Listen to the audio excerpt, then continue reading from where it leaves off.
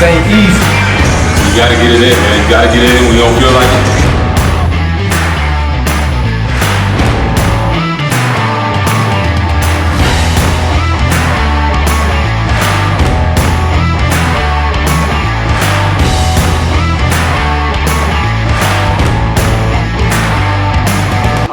Just finished up a nice beastie workout. Rennie, I think this is like our second workout. Yeah. And the reason why I like these kind of workouts is because when you're a motivator, when you're a person that operates at a high level, it's easy to be in your comfort zone because you're used to your own workouts. But I like iron sharpening iron. So when you got somebody on the side of you, just know it's gonna go just as hard as you. You on the platform, you can't slow down. So how you feel about today's workout? Oh man, it was dope. I love everything that you presented, man. The workouts were great. It was challenging.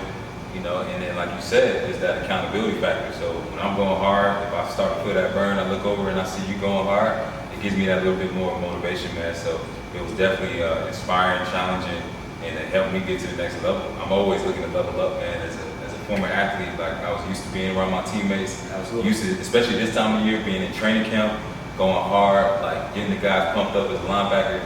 So it brought me back to those days, man, getting ready for the season. And I feel like we always preparing for that next season. Absolutely. So myself being an inspiring speaker, I've been speaking not as long as you, but I'm up and coming. Yeah. For myself and also for the viewers that want to get into the speaking, what type of speaking do you do? And then what are some tips that we can take away, you know, as we continue to get more into that realm? Nah, great question, and congrats, man, first and foremost on all your progress, man. It's not easy going from, you know, one industry trying to get into another one and trying to really build that brand. Starting over in a sense. Yeah, you gotta be willing to start over, you gotta be willing to humble yourself, you gotta be willing to, you know, do a lot of the things that got you to where you are as a personal trainer.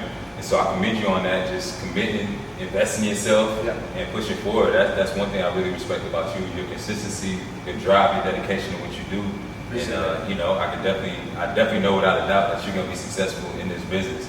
Because it is a business. You know, I love what I do. You ask what type of speaking I do.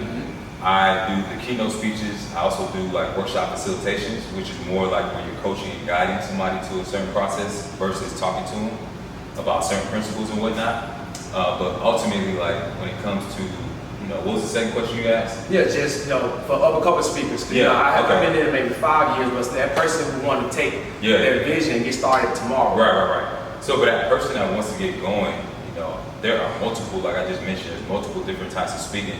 So don't think you have to just be an Eric Thomas or somebody like myself who gets in front of hundreds and thousands of people and presents. Like, you need to really find and understand, like, where are your strengths when it comes to communicating. Are you somebody that's a one-on-one speaker, which means you're a coach?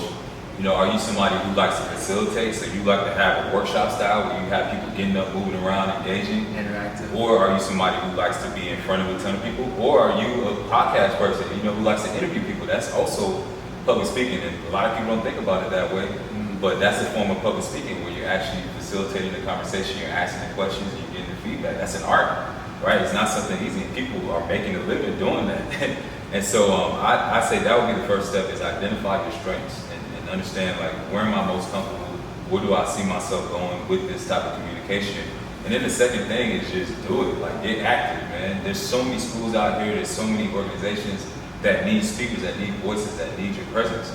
So if you really are passionate about that, if you're serious, you really want to get started, man, you know, do those two things, identify your strengths and get started. And that can be down the street, man, that can be at your, you know, down the street at the Boys and Girls Club, nonprofit, that can be at your local church with the youth group. Like, that's literally how I got started, bro. I didn't get started going to, you know, big events and getting paid. I started down the street speaking to Little League teams and elementary schools doing book readings. Like, that's literally how everything started for me. And it's crazy because now that I am where I am, I realize that even in those little small moments, like, some of those people, that's the most impact they had in their life. Like, 20 years later, I got people coming up to me talking about it. I remember that. So don't think you have to, like I said, be on social media with 1 million followers and all that stuff. Nah, just do what you do and it's gonna grow. Absolutely, man. Well, I appreciate you for today's workout. We had a chance to sweat equity and then get some knowledge at the same time. So make sure you check in. We'll be doing this week after week. And just get started. Don't worry about getting paid starting off.